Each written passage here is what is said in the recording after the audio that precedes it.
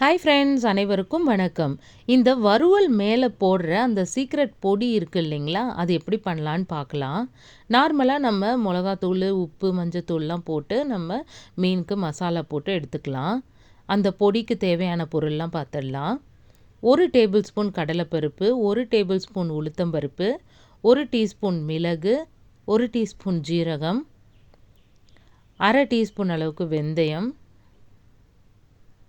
அப்புறம் 1 table spoon தனியா, 3 காஞ்ச மிளகா, தேவையான அளவு உப்பு, 1 டேபிள் ஸ்பூன் அளவுக்கு வேர்க்கடலை.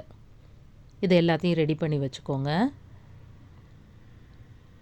ஒரு வாணலில் எண்ணெய் ஊற்றி முதல்ல அந்த மிளகாயை போட்டு நம்ம வறுத்து எடுத்துக்கலாம்.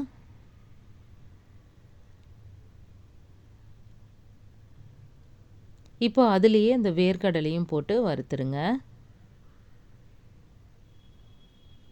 நல்லா பொன்னிறமாக வறுத்ததுக்கப்புறமா நல்லா சிம்மில் வச்சு வறுத்துக்கோங்க. இப்போ அந்த மிச்ச பொருள்லாம் எடுத்து வச்சுருக்கோம் இல்லைங்களா, அது எல்லாத்தையும் ஒன்றாவே போட்டு வறுத்துக்கலாம்.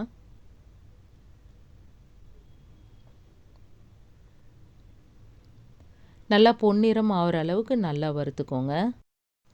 ஃபஸ்ட்டு மிக்ஸி ஜாரில் அந்த மிளகாவும் வேர்க்கடலை அப்புறம் உப்பு இது 3ஐயும் போட்டு அரைச்சி எடுத்துக்கலாம்.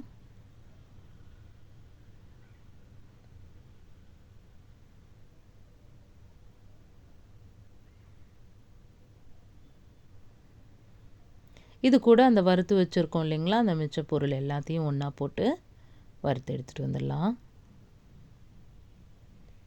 அவ்வளோதாங்க, அரைச்சாச்சு. இதை வந்து கொரப்பாக அரைச்சி எடுத்துக்கணும். ரொம்ப ஃபைன் பவுடராக அரைக்க வேண்டாம். நல்லா இப்படி பொடி மாதிரியே அரைச்சிக்கலாம். இப்போ மீன் வறுவல் செய்யறப்போ இதை வந்து ஸ்டார்டிங்லேயே போடக்கூடாது. அதை எப்படி போடணும்னு சொல்கிறேன்.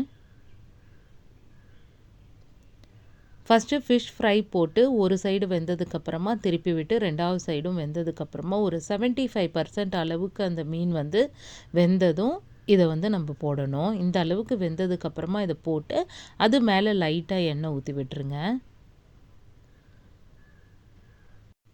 அதே மாதிரி திருப்பி போட்டு பின்னாடியும் அந்த பவுடர் போட்டு நல்லா வறுத்து எடுத்துடலாம்.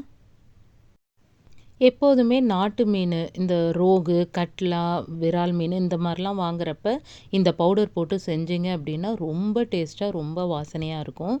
கண்டிப்பாக ட்ரை பண்ணி பாருங்கள்.